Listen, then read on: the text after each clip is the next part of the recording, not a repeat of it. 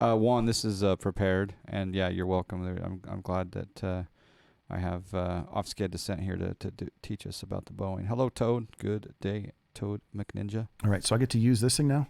Your FMC? Yeah, let's go up and see if it's synchronized. So hit 5 on the numpad, and then just let's set our initial altitude as a test. Use that. Yeah, isn't that nice? So in this case, see if everything works. Okay. So I'm putting 144. How does it feel to be using like a dial in the sim? Isn't that cool? Yeah, I got to justify the expense of that bad boy. And this is modeled really nice, by the way, for the way the plane really is. Yeah, your keypad's real similar to how I have mine. So you look at these speeds. This is a V1 speed. This is a decision speed. V1 is basically below. If you're below this V1 speed, you've got enough runway available to stop the airplane. Above V1, you should have enough airspeed to continue the takeoff if you lose an engine. Above V1, if you try to reject an airplane, if I'm above this V1 speed, if I try to reject or stop a takeoff roll above this speed, there's no guarantee I'm going to be able to stop in the pavement. So this is a decision speed. Our speed, this VR is very simple. This is just the speed we're going to rotate at. This V2, this is your engine out climb speed. So if we lose an engine, this is the speed we're going to climb on. If you noticed, I put that speed right up here. However, this is not the speed I'm going to climb out at normally. I'm going to climb out 15 knots above this. And you're just doing that in your head, but you're keeping well, actually, it's not in my head because what they have is, if I could scroll this up here, see this white, zoom in here so you guys can see this. You can use that middle mouse button over there to change the view. So see this little white mark here at this speed? They can't see it on stream here because the webcam is blocked. So bring it over a little bit more. The other thing you can do is you can use your arrows. Yeah, there we go. So you can see this little white mark right here. This actually is slave to the top. But whatever speed gets put in here, there's automatically a white tick mark on that speed tape that's going to be automatically 15 knots above that. Okay. So the 144 is what I put in. I'm planning worst case. If I lose an engine, that's what's programmed in there. However, whatever this number is that's put in here, automatically there's going to be 15 knots above it. That's your normal 2-engine climb speed. That's going to be showing on the speed tape that way. Okay. Heading out of here, I need to get the approach plate, but it's going to be about a 160 something. 164. What? 164? Yeah. And what's the top altitude on that departure procedure? I think it's 5,000, but let's double check that. So click on Zion's 1 on the iPad there. Yeah, I'm not smart on just do show plate. Show plate. Yeah, top altitude 230. All right. So we'll just assume we're going to climb via. I was showing John earlier, the company I work for, we have a special engine out procedure. Which is if we lose an engine on takeoff, there's various parts on this departure. If we lose an engine, we're gonna abandon the SID, and we're gonna go to a different procedure to keep us clear of the terrain. Usually, what I'm gonna do here is these courses are set up for back in the old days, or if you don't have an RNAV capability for whatever reason, and you have to fly a departure procedure that's gonna fly off a radial, VOR radial. This is where you're gonna set that VOR course in here. We rarely fly a VOR radial these days, so whatever my most restrictive engine out procedure is going to be, whatever that heading is, most guys will put that in here, just as kind of a reminder on what that's going to be. Now remember, you can use the panel as well for that. No, that's true.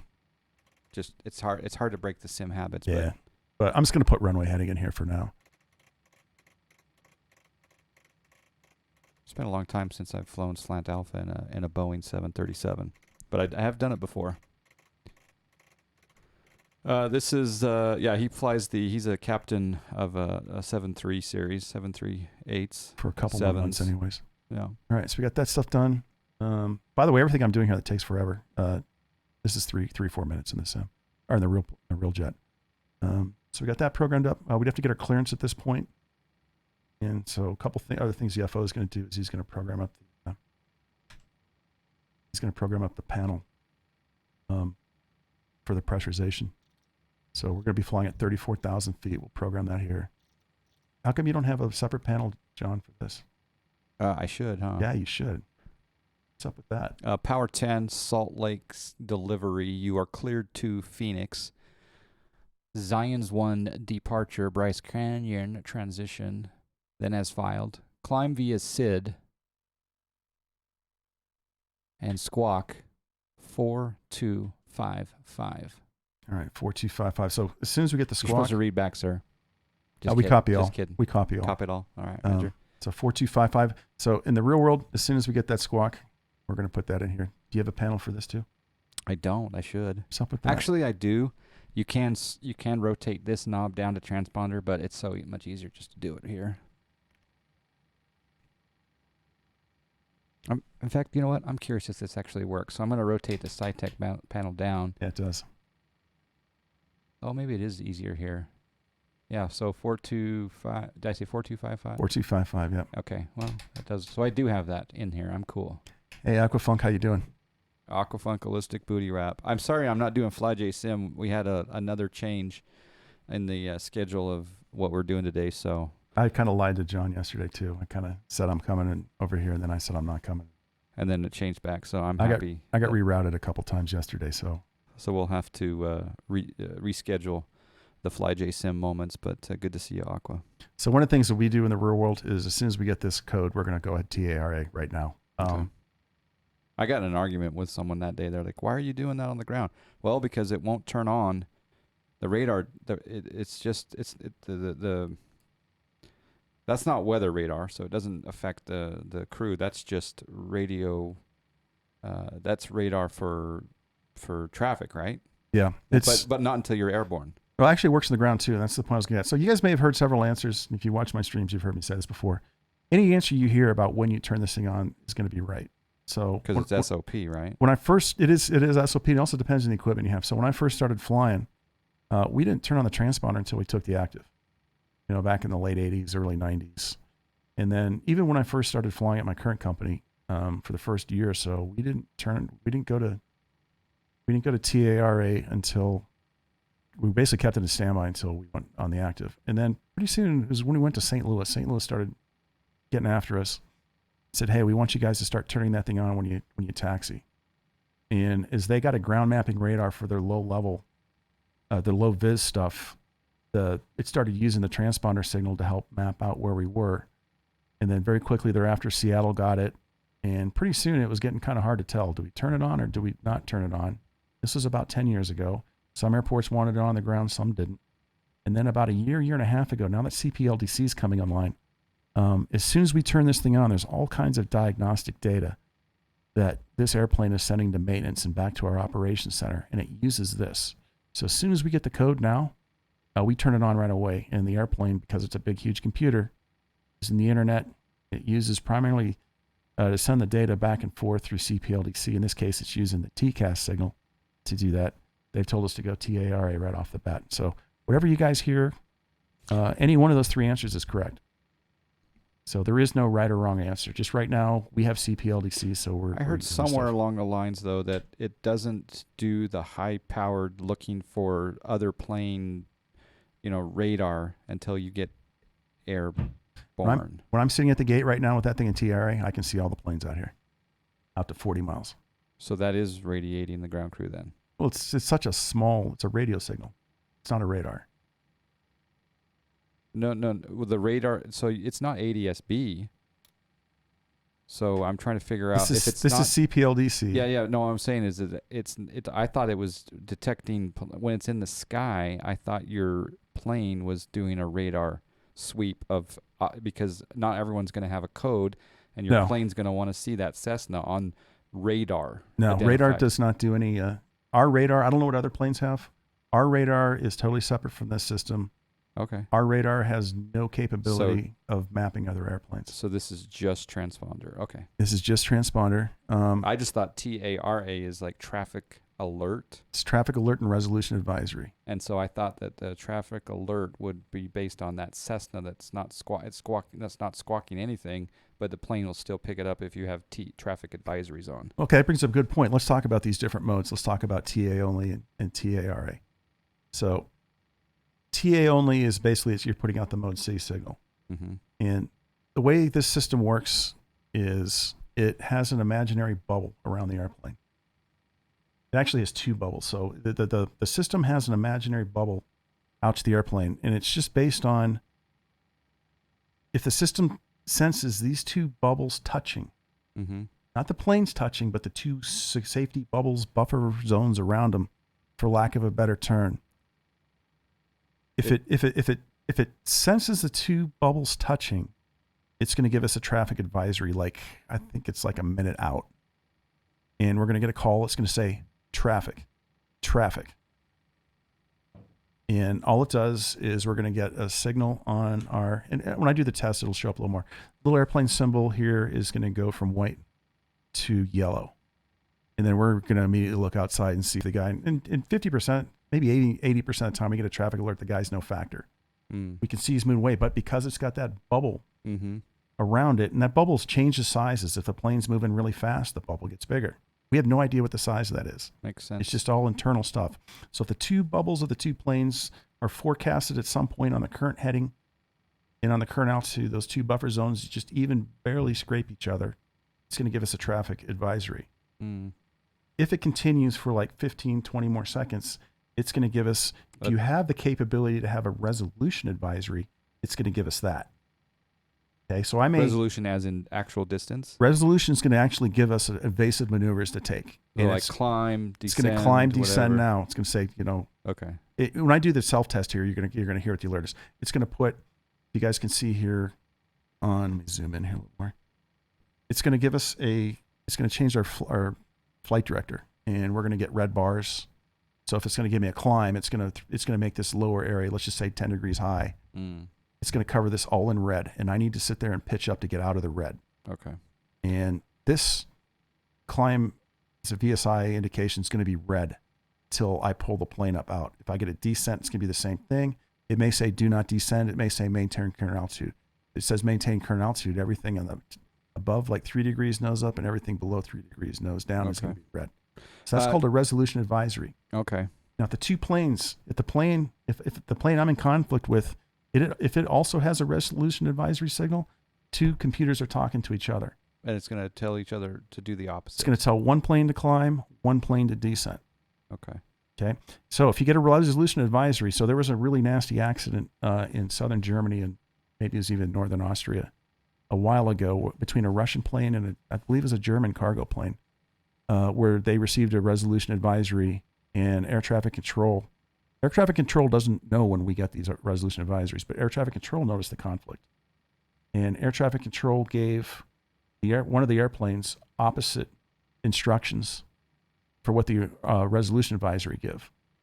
He only gave it to one plane. So what happened is the two planes are talking to each other, told one plane to descend, the other plane to climb. ATC told the climbing plane descend, and descended them into it. Jeez. So if you get conflicting stuff, in this case, the RA, the resolution advisory, takes precedence. Okay. But you don't know if the other one has it turned on, or you don't know if he does either. And let's just say the other plane doesn't have the little Cessna out there. He just has his mode C on his altitude. Yeah. He doesn't have an RA capability. No. In this case, our RA system is still going to give us an evasive maneuver to stay clear of him. Yeah. Just the two planes aren't talking to each other. Yeah. I hope that makes sense. Yeah, it makes sense. Dogs 3447. Good morning. Yes, we're flying to Phoenix, your hometown. I predict we don't even get airborne today. Yeah, it's possible. And good news is this is a short flight. St. Wolfric also loves bubbles. There you go. Cajun Cacti says, this is awesome. Is there an exam after this? I might have to review the video a couple times. Learning is fun. Yeah. You guys have heard me say this too. I'm not telling you guys you fly your sims this way. I'm just showing this. This is information only. It's for entertainment purposes. It's only. A sim. Fly it any way you want. Yeah. That's the beauty of these things. Grand Theft Auto, that baby. But if you guys want to get in the weeds, that's kind of what this is for. So one thing we didn't do yet, John, and this is real embarrassing when you screw this up in real life. And I wouldn't know this from personal experience. If somebody can please put a Kappa face in chat for me, it'd be great. Phoenix landing altitude, is that what you're... Yeah, we need to put this Phoenix landing altitude, which is 1135. So it's real embarrassing when you land and you haven't set this, and the flight attendant's starting to complain, hey, captain or pilot, we can't get the door open.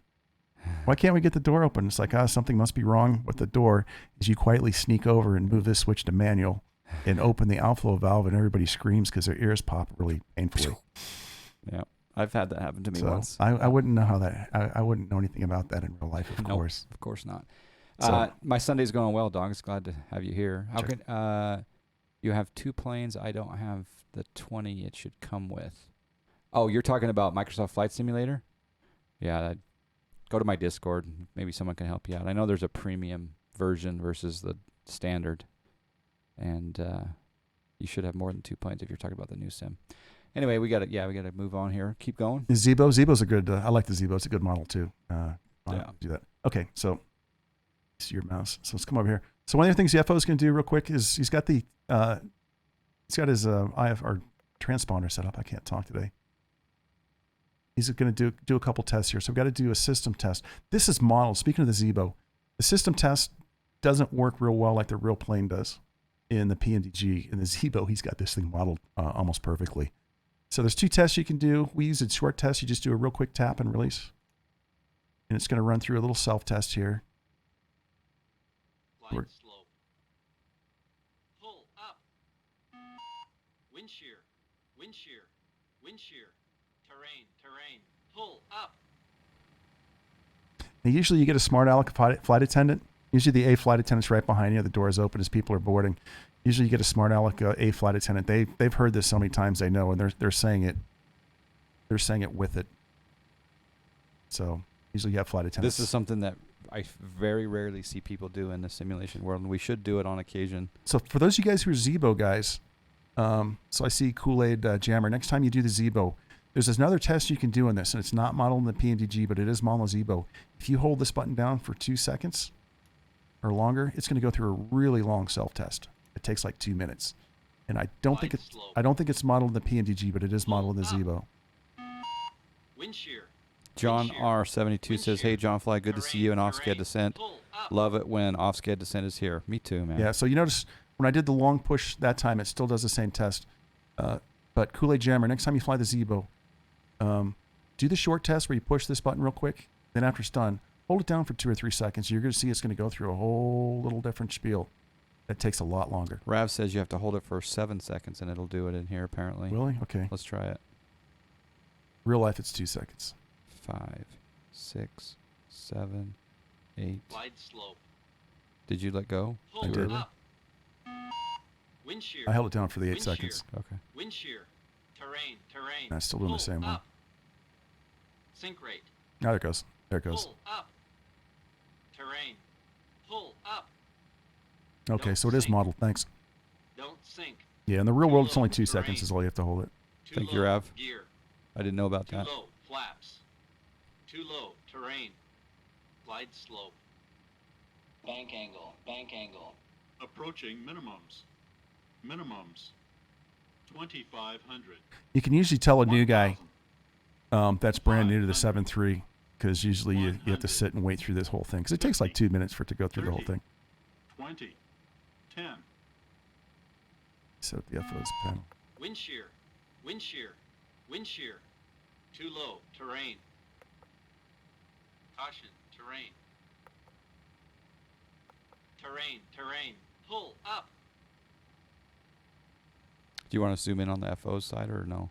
No, I want to do the TCAS test next. So Okay. here's the TCAS test, and here you're gonna see when you look at the symbols. I may do this a couple times so you can see it. I want you to look at the symbol. So the white symbol is what a normal plane traffic is going to display like. It's going to give you an indication. It's going to give you if it's just a white symbol, it's going to give an altitude. It's going to be if it's a 0, 0, it means it's the same altitude. If it's a 1, 0, it's 1,000 feet above you. If it's a -1, 0, it's 1,000 feet beneath you. If it's climbing, it's going to have an arrow going up. If it's descending, it's going to have an arrow going down.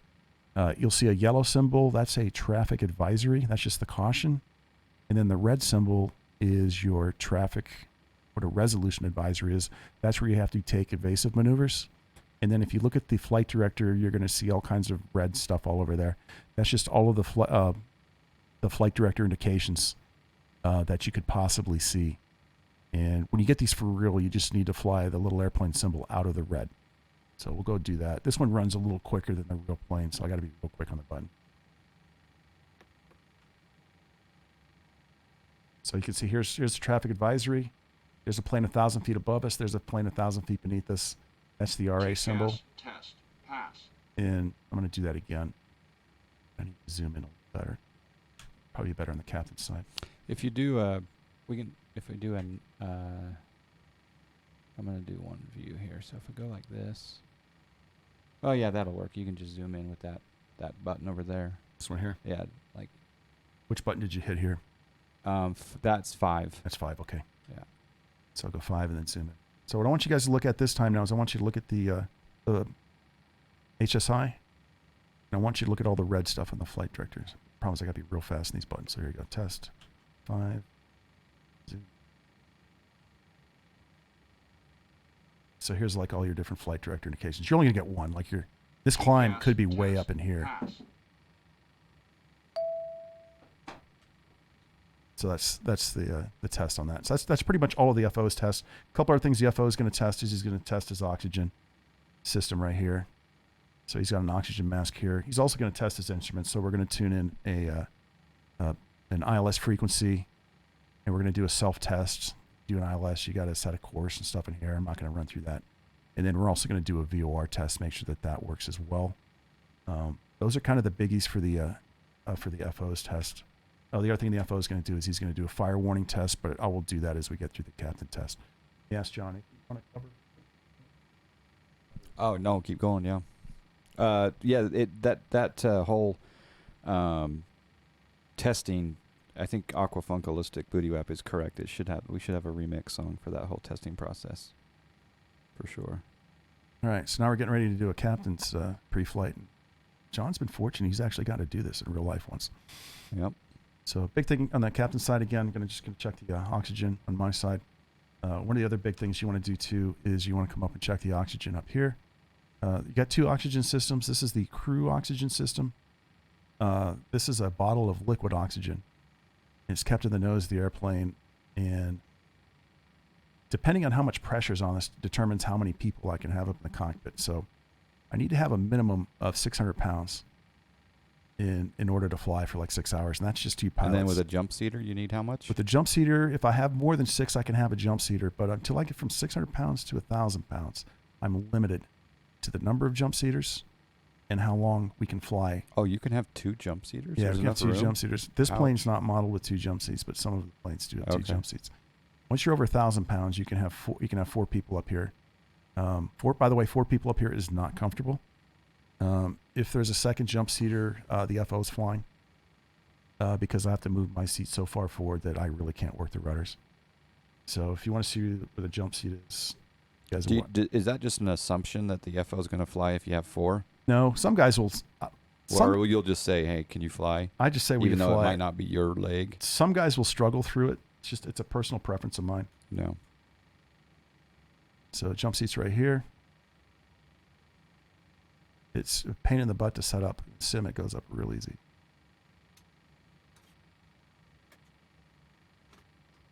Yeah, I want to sit in that. So there's the jump seat. So a lot of planes have a second jump seat right here. There'll be a cushion here, and there'll be an extra oxygen mask right up in here. This plane doesn't have it. So this thing actually is a pain in the butt to set up. Somehow, someday, I'm going to get some private Boeing guy who's you going to guys- let me ride jump seat. Or on one of these relocation part, You whatever guys- that part classification is that you can have someone up front. You guys complain about like the slope. That's the technical word for how much leg room you have with the planes in the back. This is like 2.5 inches right here. It is just absolutely miserable. I had to do a flight from Philly to Phoenix in this jump seat, and this thing's up pretty high and there's no footrest. So your feet are not on the floor, and after 40 minutes, my legs were falling asleep. So I was begging the captain on this thing, because there was a second jump seater here. I was just begging the captain, let me go walk the plane was full. There were no seats in the back. Once we got in the airborne, I begged the captain to let me walk the aisles for 4 hours, which is what I did. I walked the aisles. And What if the captain is 5'4"? Then yeah, he's good to go if he's 5'4". Cajun Cacti wants to know: am I the co-pilot or the obnoxious flight attendant? I'm both. he's the boss. I'm both. This is his sim. Actually, I'm going to be FAA jump seater today. All right. Some other things that this is just my personal taste, but most people that I fly with will set the terrain down here. So so on your EFIS, let me zoom in so you can see your EFIS here. I forget what EFIS stands for. It's like Electronic Flight Information System. So most guys will fly in terrain, and most guys will turn on the airports. I really like to have the airports on because it's going to display airports with more than a 5,000 foot landing surface on it. I like to keep an eye on these because if I lose an engine, I'm looking for the nearest airport in 80 miles. Makes sense. So I keep these things going. And if we're doing an RNAV RMP approach and the weather's really dog due and we need the radar, when you fly an RNAV RMP approach, one of these nav displays is required to have the terrain up because this is what's going to keep you from hitting a mountain. Question for you. Have you ever used Auto Brake Max or 3? Yeah, all the time. Anytime I use Auto Brake Max, I let the flight attendants know. I'll call them and just say, hey, our landing performance is going to require Auto Brake Max. It's aggressive. It's not violent. A rejected takeoff I'll describe as violent. A max landing brake or max auto brake landing, it's eye-opening if you don't expect it. I like to let the flight attendants know because it might scare them if they don't expect it because it's not what they're used to feeling. And it could be runway condition or length that would require the max auto brake. Usually right? it's a short runway. And it's wet. Wet. Okay. Wet or slippy is usually when auto brake max is required. And when I say short runways, I'm talking like Burbank. If it's a wet runway in Burbank, you're going to use it. If you go into Midway, it's a wet runway, you're going to use it. John Wayne, you could potentially need to use it there. San Diego, you could potentially need to use it there. Now, is it true that if you set auto brake 1 or 2, it actually doesn't do anything? Because someone said that actually it doesn't do anything until you hit 3. So why is the 1 and the 2 even there? So here's kind of how it works. The way they define auto brake 1 is not defined in our books. It's just defined as min braking. So we don't really use auto brake 1 because it really isn't doing much for you. Auto brake 2 is basically, if you wanted to simulate what an auto brake 2 does do stuff. But if you want to simulate, our books say if you want to simulate auto brake 2 landing, what you're going to do is you're going to do a normal landing. When you get the nose wheel to touchdown, you're going to go to the first. There's 3 reverse settings. You're going to go to the first reverse setting. You're not going to go to reverse idle, but you're going to go to number 2. Okay. Which is kind of an intermediate position. You're not going to go max. And you're going to hold that until you get to 80 knots. And then at 80 knots, you're just going to do moderate braking. That is, if you wanted to simulate an auto brake 2 landing, they said that's kind of what it is.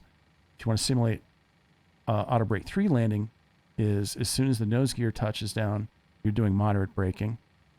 And then max braking, as soon as the nose gear touches down, you are pushing the pedals as hard as you can to the floor. Okay. And it's true that most of the time you don't have any auto brake set, right, when you land? Yep. It's off, right? Off. Is that correct? Let me just clarify that. I'm sorry, I was reading chat. Most of the time you have it off. Yeah, I don't use auto brakes unless I have to. So guys out there in the sim world, don't be hesitant to just run it with off sometimes, especially if you have a long runway. See what that feels like. That's carrier specific too. It's also there's a lot of guys I fly with that use it every time. Carrier I work for, we're only required to use it if it's wet or slippier. Yeah. So question here, this is a good point that Tomber 42 brings on. So I thought terrain radar should not be turned on at the stand. This is not terrain radar. This is a database. And you're just hitting the TERR. That basically just brings up the database information. This is not your terrain radar. This is just terrain mapping, and all you're doing is this is a GPS map. Oh, that's cool. This is just a GPS map that has terrain data on it. Yep. And it can just tell what altitude we're at. And so if your GPS isn't working, guess what? This isn't working real well. You might be here, but the GPS may be displaying you over here.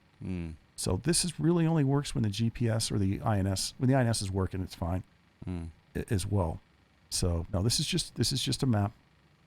It's a terrain map, and it can tell if you're above or below it. So anything that's yellow, this is you're within 2,000 feet of the altitude. Anything that's red, you're below it. And anything that's green, you're above. So I can see right now here, my highest terrain's 11,400. That's the highest point in this. I don't quite know where it is. And then this 4,600 feet, this average where this is getting pretty solid is about 46. So you can see these are pretty good sized hills around here.